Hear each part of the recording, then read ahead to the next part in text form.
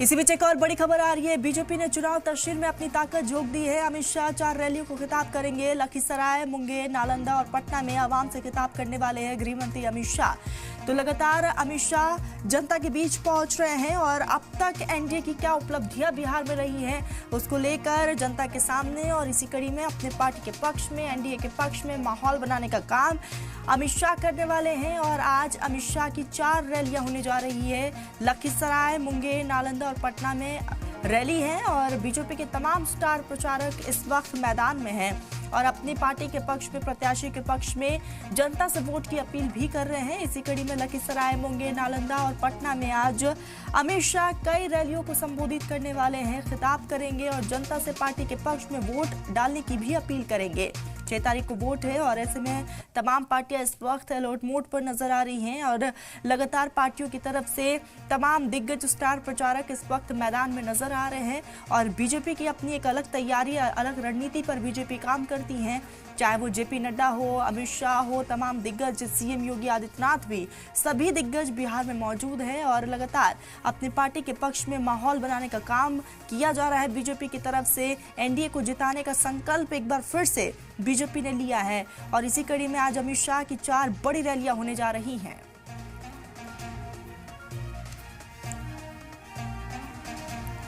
इसी बीच हमारे साथ इरम जुड़ चुकी है। इरम, लगातार तमाम दिग्गज इस वक्त चुनावी मैदान में नजर आ रहे हैं और चाहे हम अमित शाह की बात कर ले, जेपी नड्डा की बात करें या कांग्रेस की तरफ से प्रियंका गांधी वाड्रा की बात करें, जनता के बीच जाके अपने पार्टी के पक्ष में माहौल बनाने का पूरा काम किया जा रहा है क्योंकि वक्त बेहद कम रह गया है।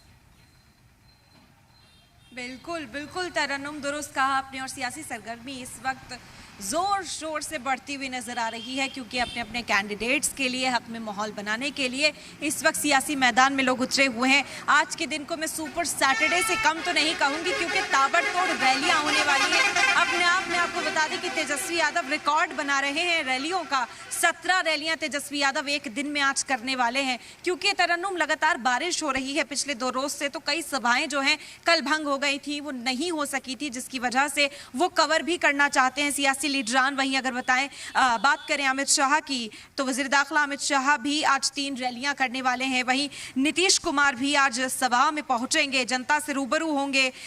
नीतीश कुमार की भी लगभग 6 सभाएं हैं तरन्नुम और 17, जैसे कि मैंने जिक्र किया है, तेजस्वी यादव 17 रैलियों में पहुंचने वाले हैं, 17 सभाओं में पहुंचने वाले हैं, लोगों को खिताब करेंगे। वहीं महागठबंधन की जो ताकत है उसका मुजाहिरा किया जाएगा मंच से। जब प्रियंका गांधी चुनावी मैदान में उतरेंगी वो भी हुंकार भरती हुई नजर आएंगी। और तरन्नुम, सियासी पारा वैसे भी बिहार का हाई था, चुनावी माहौल है, उसकी जो सरगर्मी है वो देखी जा रही थी, लेकिन मुकामा में जो कुछ भी हुआ, जिस तरह की वारदात हुई है उसके बाद से इल्जाम तराशी का सिलसिला और ज्यादा तेज हो गया है। और हम देख रहे हैं कि जब सभाओं में खिताब करने के लिए लीडरान पहुंचते हैं तो एक दूसरे का पर वार पलटवार भी किया जा रहा है।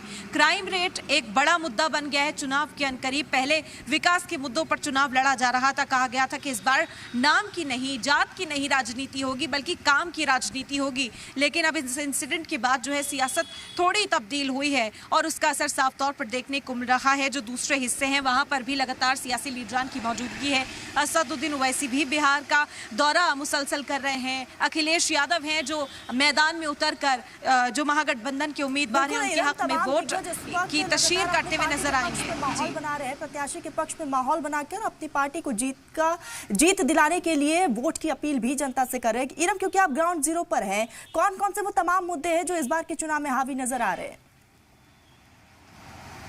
बिल्कुल तरन्नुम, अगर बात की जाए यहाँ पर काम की, जो कहा जाता है कि बिहार में जात पात की राजनीति होती है और जातिवाद के नाम पर वोट मांगे जाते हैं, लेकिन अब तस्वीर काफी बदलती हुई नजर आ रही है, खासतौर पर युवाओं के बीच, नौजवानों के बीच। जब हम पहुंचते हैं तरन्नुम नौजवानों के बीच तो वो बेदार हैं कि उनका पलायन रुकना चाहिए। उनके घर के फर्द दूसरी रियासतों में पहुंचते हैं और फिर लौटने में कितनी परेशानी होती है, सुख दुख में अपने घर पर खड़े नहीं रह सकते हैं, तो वो चाहते हैं कि रोजगार मिलना चाहिए। बिहार में फैक्ट्रीज की तामीर तामीर हो जाए, बिहार में ही जॉब की जो अपॉर्चुनिटीज है वो उन्हें मिल जाए। तो नौजवान यहाँ पर बेदार है। एक बड़ा मुद्दा यहाँ पर है रोजगार का, दूसरी तरफ जो मुद्दा है शिक्षा का मुद्दा, जरूर उस पर चुनाव लड़ा जा रहा है, क्योंकि तेजस्वी यादव ने इंतखाबी मंशूर जारी होने से पहले ही इस मुद्दे को छेड़ दिया था कि अगर हम सत्ता में काबिज होते हैं, सत्ता में आते हैं, तो हर घर सरकारी नौकरी देने का हम वादा कर रहे हैं और हम हर घर सरकारी नौकरी देने के लिए इंतजाम करेंगे। उसके बाद से ये जो मुद्दा ही काफी गरमाया था। तो हम कह सकते हैं तरन्नुम कि बिहार की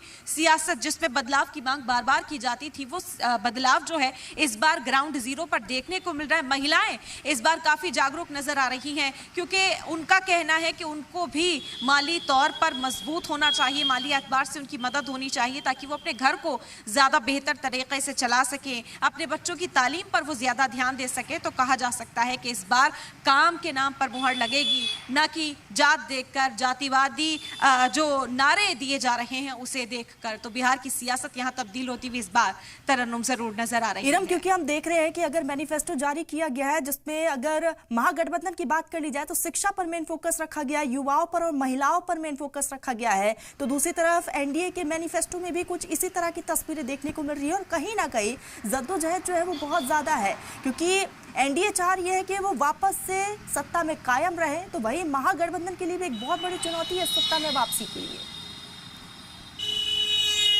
बिल्कुल बिल्कुल तरन्नुम, मुकाबला बेहद दिलचस्प है और इसी वजह से हमने देखा कि आखिर तक जब तक टिकट तकसीम होता रहा उलट पलट देखने को मिलती रही, लेकिन उसके बाद से सियासी मैदान जो है उसमें पूरी ताकत झोंकी जा रही है। आपने एनडीए के मैनिफेस्टो की बात की कि एनडीए क्या चुनावी वादे कर रही है।